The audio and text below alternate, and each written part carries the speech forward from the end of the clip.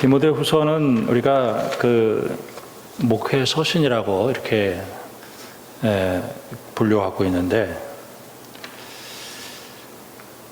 우리가 사도 바울, 여러 사람들이 이렇게 저렇게 얘기할 수 있습니다만은, 저는 성경에 나오는 인물 가운데서 예수님 그리고 이 하나님 교회를 이렇게 잘하는 사람은 아마 한 명도 없을 것이다. 저는 그렇게 생각을 해요. 그 사도 바울은 이제 나이가 많이 들어서 이제 순교를 앞두고 있습니다. 평생 하나님의 복음을 전했고 주님의 교회를 세웠는데,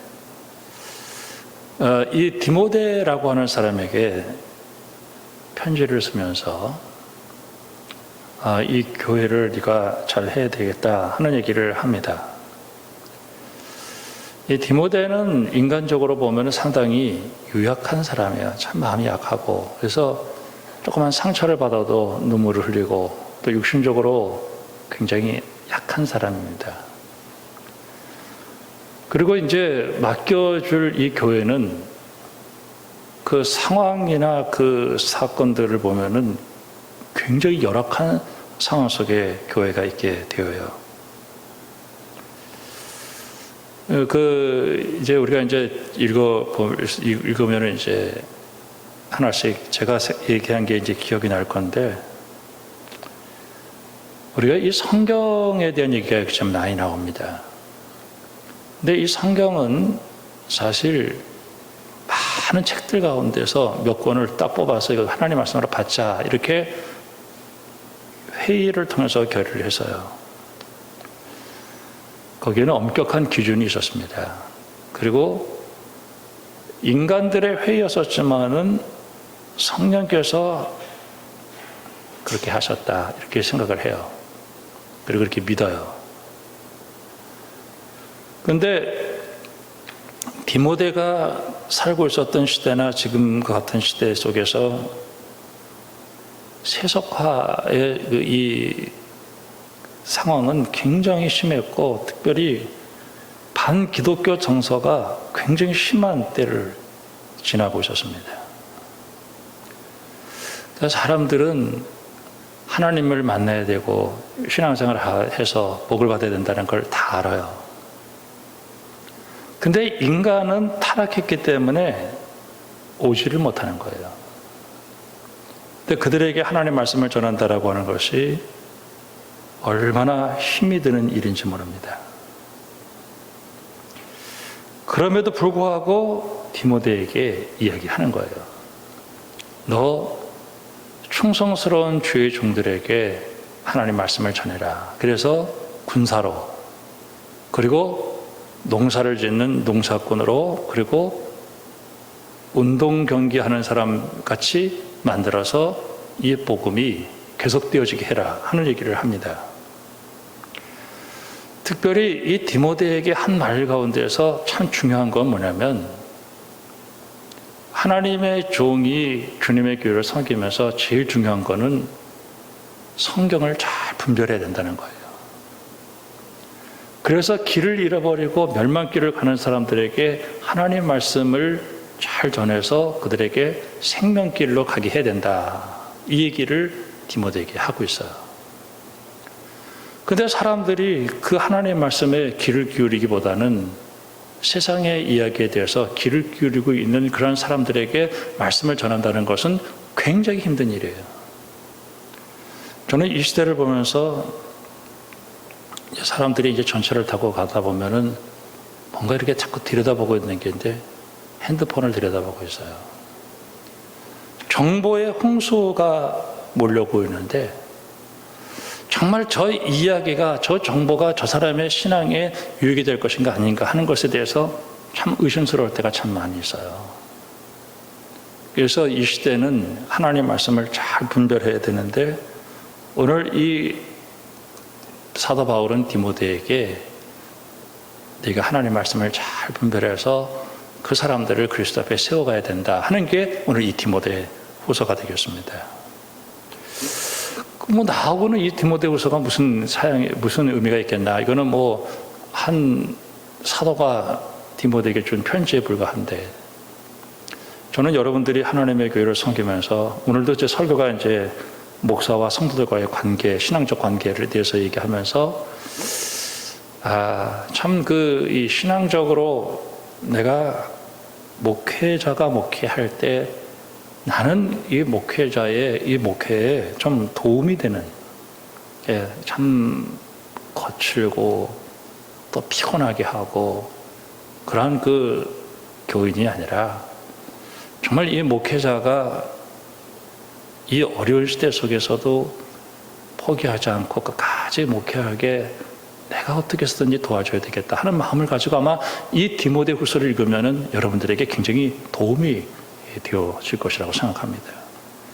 여러분, 이번 주간에는 디모데후서를 1장부터 4장까지 되어 있기 때문에 짧게 읽을 수도 있겠지만은 또 읽고 그 다음에 또 읽고, 한 번 읽으면 잘 안 돼, 2번 읽고 3번 읽고 계속 읽으면서 내가 하나님 말씀 내가 잘 들어야지. 여러분, 귀한 시간이 되어지기를 바랍니다. 자, 오늘 우리 설교를 들어야 되는데 4장 1절에서 21절까지 목사와 성도들과의 신앙적 관계, 참 흥미있는 주제고 또 굉장히 어떻게 성경은 이야기하고 있는가 하는 것을 볼 수 있는 기회가 되어져요. 저는 요즘에 사람들을 많이 만나게 되고, 목사는 어차피 사람들을 많이 만나야 되고 또 친구들도 많이 만나야 되는데, 교회가 특별히 목회자에 대한 이 평가가 굉장히 안 좋은 상태 속에 놓여 있어요. 그래서 사람들이 교회를 다니다가 중간에 포기한 사람들이 참 많아요. 근데 이야기를 들어보면은 목사가 싫다는 거예요. 그래서 나는 목사가 싫어서 교회를 안 간다는 거예요. 굉장히 많습니다. 목사를, 그러니까 내가 이제 참 목사 때문에 시험 들어서 교회를 안 다닌다 하는 사람들이 굉장히 많이 있어요. 제가 여러분에게 물어볼게요. 여러분들은 목사에게 실망 안 하셨나요? 그래도 교회 다니잖아요. 전 참 중요하다고 생각합니다. 오늘 이 설교를 들어보면은 진짜 목사는 어떤 사람이어야 되고 성도들은 어떻게 되겠나 하는 것을 이야기하고 있습니다.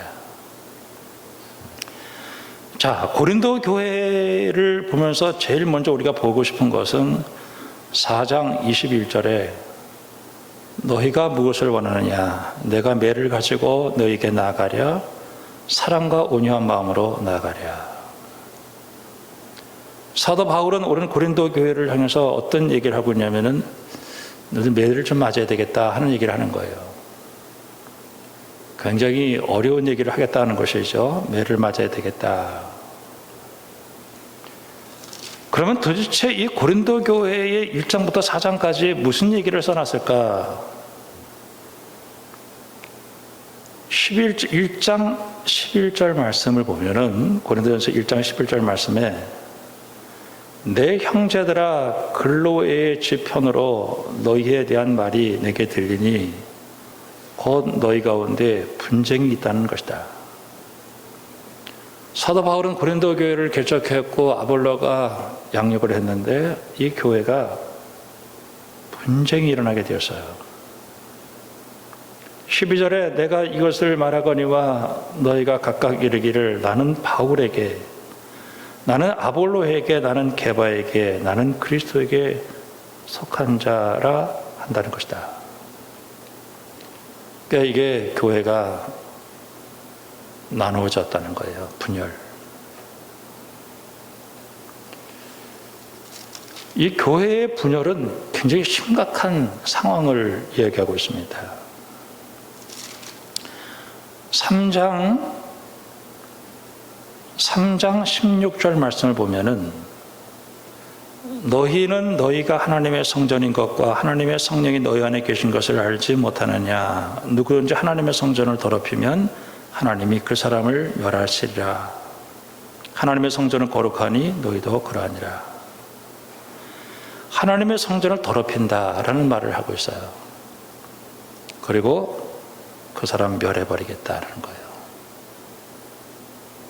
여기서 하나님의 성전을 더럽힌다라고 하는 것은 하나님의 교회를 분열을 조장하면 주님이 그 사람을 죽여버린다는 얘기예요.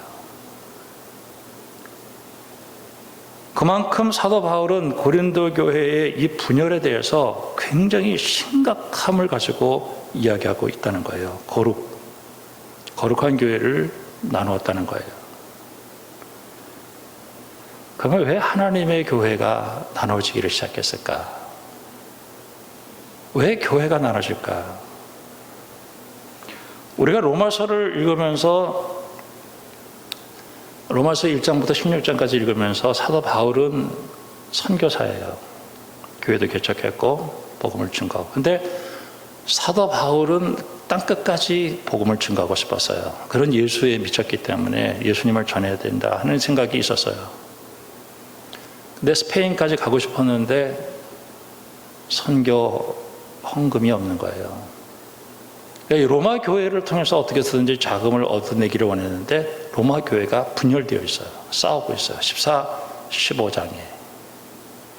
유대인을 배경으로 한 기독교인, 이방인 배경으로 한 기독교인들이 다투고 있었어요. 두 파로 나눠졌지만은 두 파로 나눠졌을 때는 힘은 4분의 1을 줄고 아무것도 못하는 거예요. 그래서 로마서를 기록하는데 복음을 얘기하고 그리고 이 복음의 사람은 하나 되어야 된다라고 하는 얘기를 하고 있는 거예요. 저는 우리 교회가 작은 교회지만은 그래도 마음이 하나가 돼서 갈등이 없는 것에 대해서 얼마나 감사한지 몰라요. 여러분 교회의 하나됨을 위해서 힘쓰는 여러분들이 되기를 주님의 이름으로 축원합니다.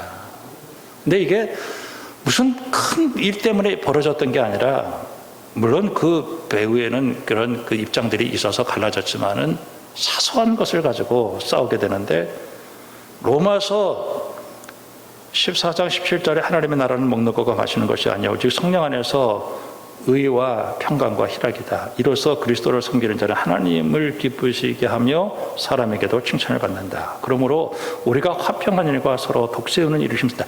그러니까 이게 로마서를 끝에 가보면은 화평케 하는 일과 덕세우는 일. 저는 여러분들에게 오늘 꼭 축복하고 싶습니다. 하나님의 교회 성령 충만을 받아서 화평하는 일에 힘쓰는 여러분들이 되기를 주님의 이름으로 축원합니다. 중요합니다. 중요합니다. 에베소서에서도 그런 성품을 가지게 하기 위해서 겸손하고 온유하고 오래 참고 사랑 가운데 서로 용납하고 성령에 매는 줄로 성령이 하나 되게 하신 것을 힘쓰시기라. 몸이 하나요 성령이 한 분이시여 이와 같이 부르심의 한 소망 안에서 부르심을 받으다. 주님도 한 분이시오 믿음도 하나요 세례도 하나요. 마치 하나라는 것을 노래를 같이 부르는데 겸손 온유 오래 참음 사랑 가운데 용납하라. 저는 왜 교회에서 이 공동체를 사는데 왜 온유해야 되는가? 하나됨을 유지해야 된다는 거예요.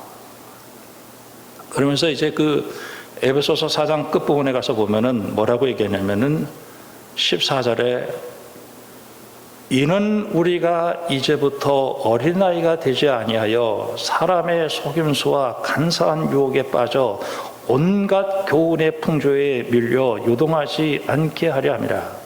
오직 사랑 안에서 참된 것을 하여 범사에 그에게까지 하라. 그는 머리이니 그리스도다.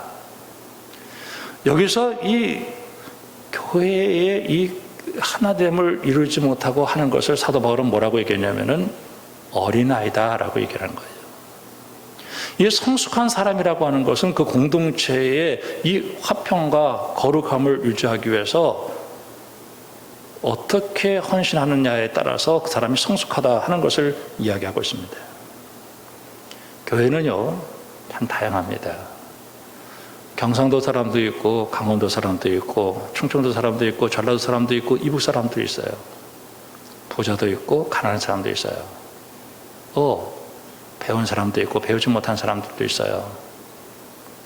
근데 그게 갈등의 요소가 돼서는 안 돼요. 그리스도 안에서 부자도 있고 가난한 사람도 있으면서 그 하나됨의 역사를 이루기 위해서 굉장히 몸부림쳐야 하는 것이 교회예요. 왜?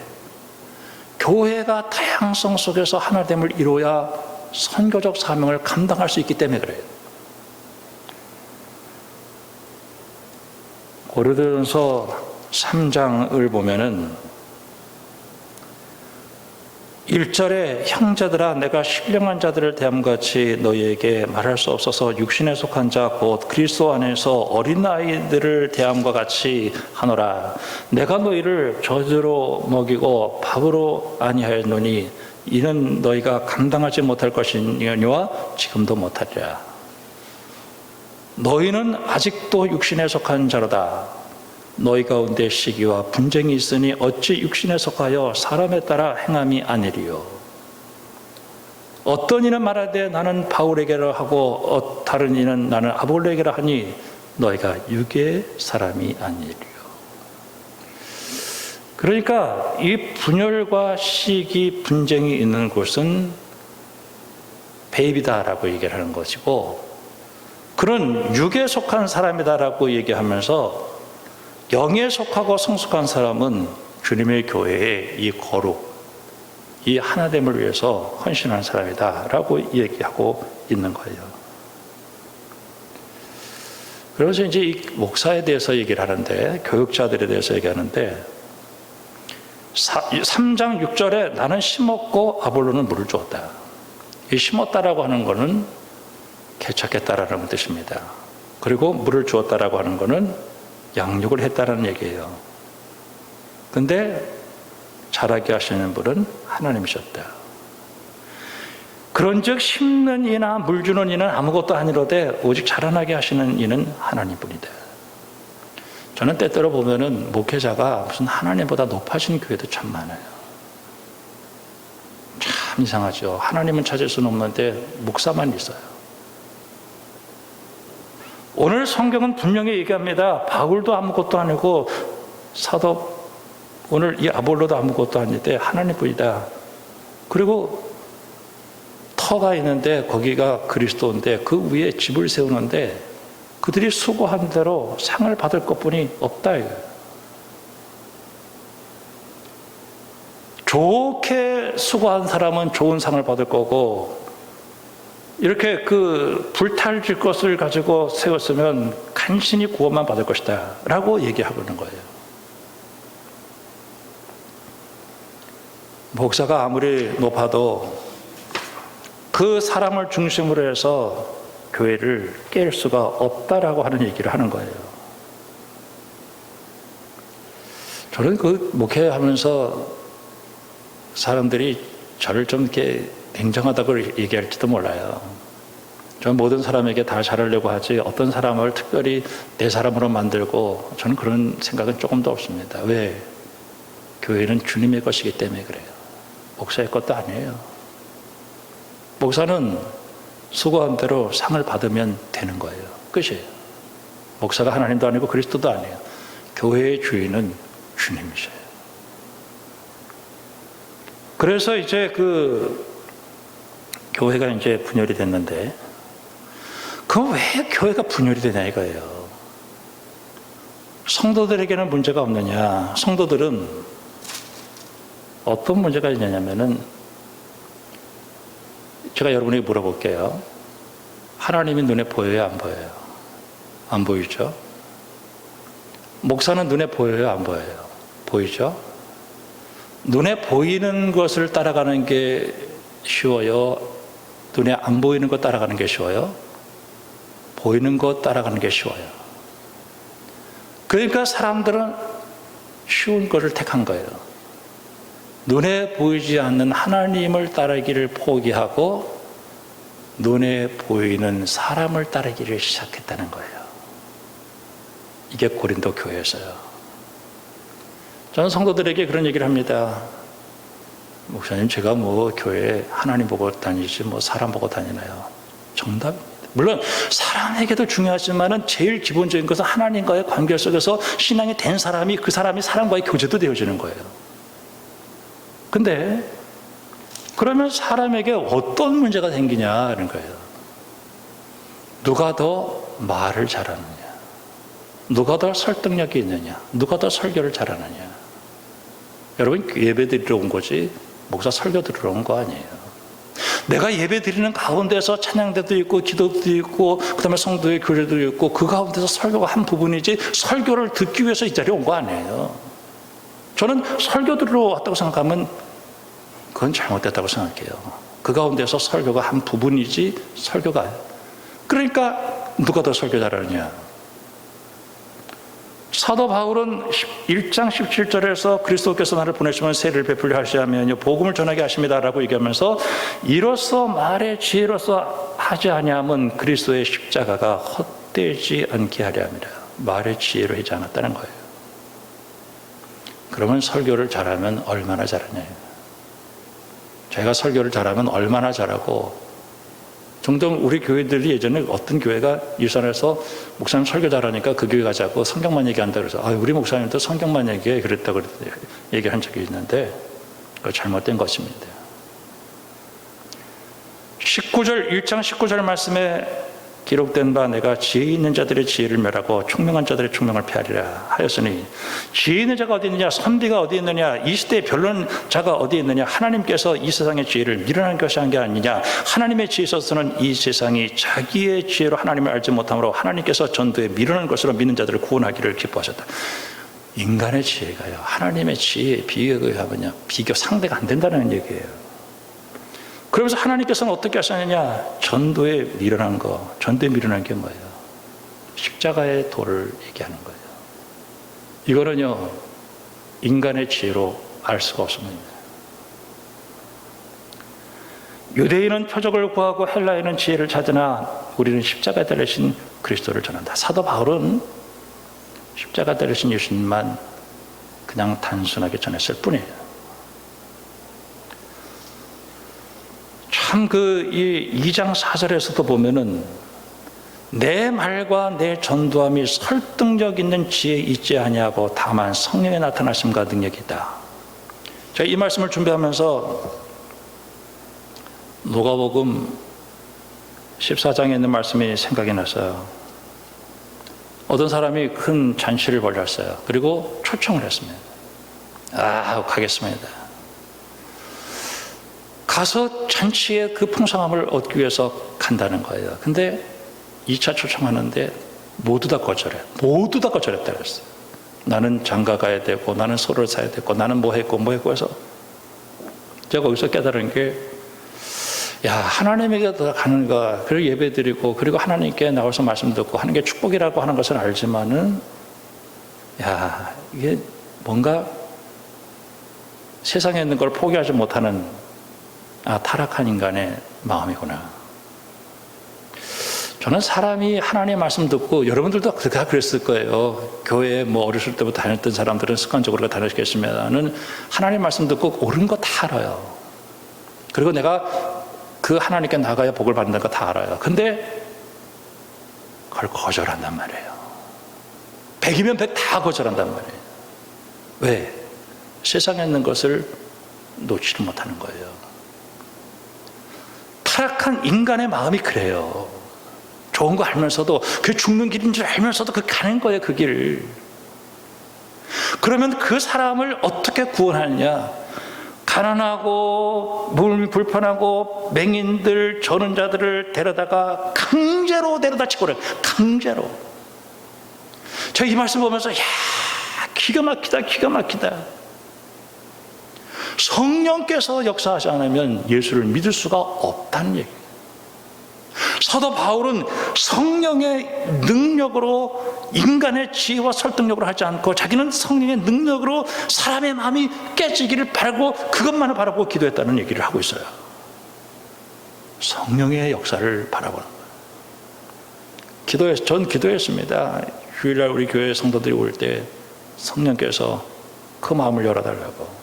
그러고 나서 왜 성령이 열어나가야 주님을 따라갈 수 있는가? 주님 따라가는 거는 자기를 부인하고 십자가를 지고 따라가는 거기 때문에 이게 인간의 생각을 가지고 따라다가는 다 주님 놓을 수밖에 없어요. 그러나 주님이 성령 주어서 따르게 하는 사람은 어떤 일이 있어도 주님을 따라가는 일이 일어나게 되는데 특별히 15장에서 누가복음 15장에서 보면은 잃어버린 양 한 마리 100마리 가운데 그 다음에 드라크마 잃어버린 한 드라크마 그 다음에 탕자 하나. 야, 제가 그걸 보면서 참 이 세상에서 소외되고 배운 것도 없고 갈까도 알지 못하고 이러는데 성령께서 왜 남을 주장해서도 내가 하나님을 따르게 했는가 하는 생각을 하면서 얼마나 은혜가 되는지 몰라요. 지난주 금요기도회 때 요엘서 2장을 보면서 참 하나님에게 돌아와라, 하나님에게 돌아와라 그러는데 돌아가면 산다라고 하는 걸 다 알아요. 그러나 인간은 못 돌아오는 거예요, 타락해서. 그때 성령을 부어주겠다고 얘기를 해요. 성령을 부어주면은 그 사람이 하나님을 따르는 길이 열려지게 되어주는 것이. 사도 바울이 십자가 달리신 예수님을 단순히 증거했을 때 그 가운데서 믿는 사람이 생겼는데 그게 성령의 역사라고 하는 거예요. 그러면서 이제 그 예수님은 요한복음에서 우리가 본 것처럼 자기는 선한 목자가 되겠다. 그리고 자기는 죽겠다. 하나님 미랄이 되겠다. 십자가 지겠다. 라고 얘기를 하면서 사람들한테 별로 인기 없는 일이 일어나게 됩니다. 그런데도 불구하고 주님은 생수의 강이 내게 있다. 라는 얘기를 하는데 그게 믿어졌다라고 하는 것이 성령을 가리켜서 이야기한 것이다. 라고 이야기하고 있습니다. 저는 하나님의 교회를 교회되게 하시는 분은 성령님의 역사입니다. 자, 오늘 4장에 넘어가면서 이제 그러면서 뭐라고 얘기했냐면은, 그러니까 3장 그 22절에 그래서 아볼로나 바울이나 게바나 세계나 생명이나 사망이나 지금 것이나 장래 것이나 다 너희 것이다. 여러분, 교회를 위해서 목회자가 있는 것이요, 목회자를 위해서 교회가 있는 건 아니다 라는 얘기를 하는 거예요. 그리고 너희는 그리스도의 것이고 그리스도는 하나님의 것이다 라고 정리를 합니다. 그러면서 4장에 넘어가면서 무슨 얘기를 하는 거냐면은, 사람이 마땅히 우리를 그리스도의 일꾼이요 하나님의 비밀을 맡은 자로 여길자다. 이게 참 중요한 얘기입니다. 저는 목사를 볼 때 그래도 목사님은 기름 부으심이 교회에 있구나, 목사에게 있구나, 특별히 담임 목사에게 성령의 기름 부으심이 있다. 이게 교회의 아주 중요한 개념 중에 하나입니다.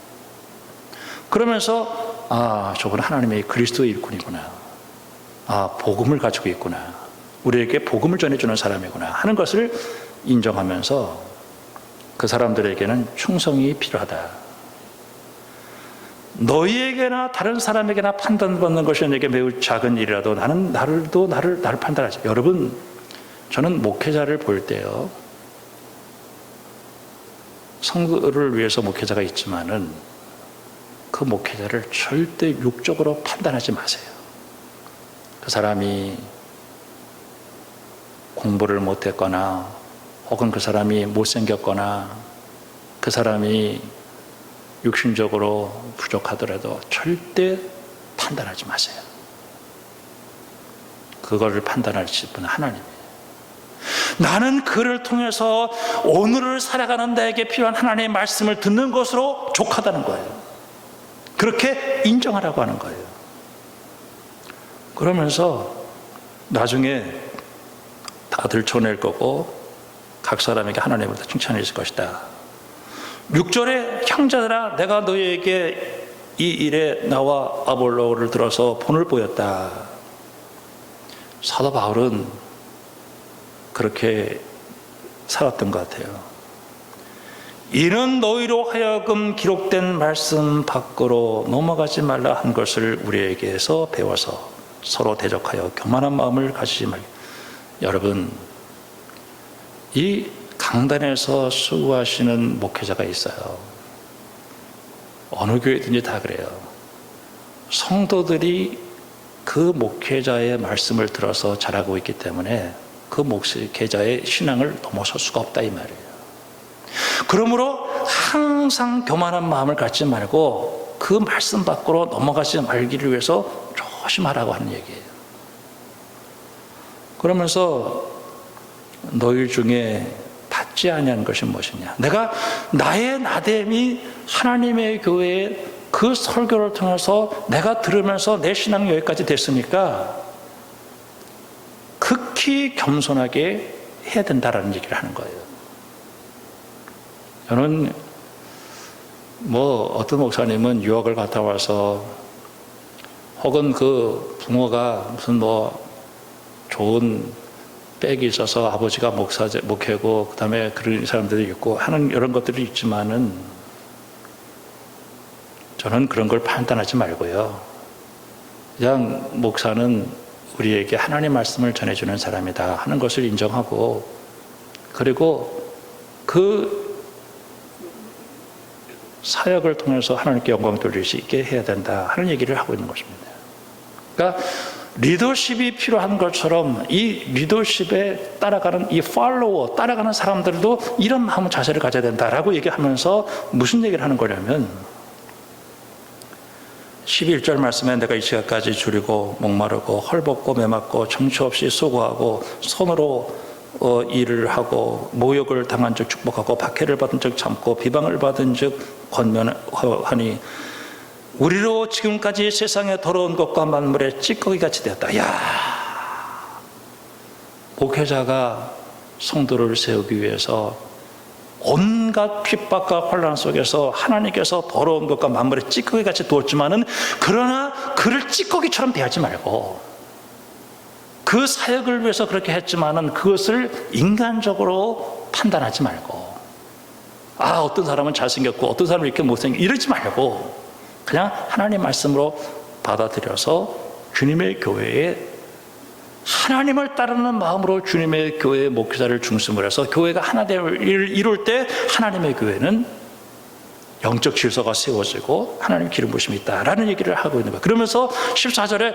내가 너희를 부끄럽게 하려고 이걸 쓰는 것이 아니고 오직 너희가 내 사랑하는 자녀같이 고난이 한다. 그러면서 세상에는 일만 스승이 있지만은 아비가 없다. 나는 아비와 같이 너희에게 이렇게 얘기하고 있기 때문에 나를 본받는 자가 됐으면 좋겠다라고 이야기하고 있는 거예요. 저는 오늘 이 시간 다시 한번 이 말씀 보면서 우리가 깨달아야 될 것 중에 하나는 여러분 성령 받고 하나님 믿고 주님의 교회를 교회되게 하시는 분은 하나님이라는 사실을 깨닫고요. 여러분 하나님을 바라보고 신앙생활하기를 주님의 이름으로 축원합니다.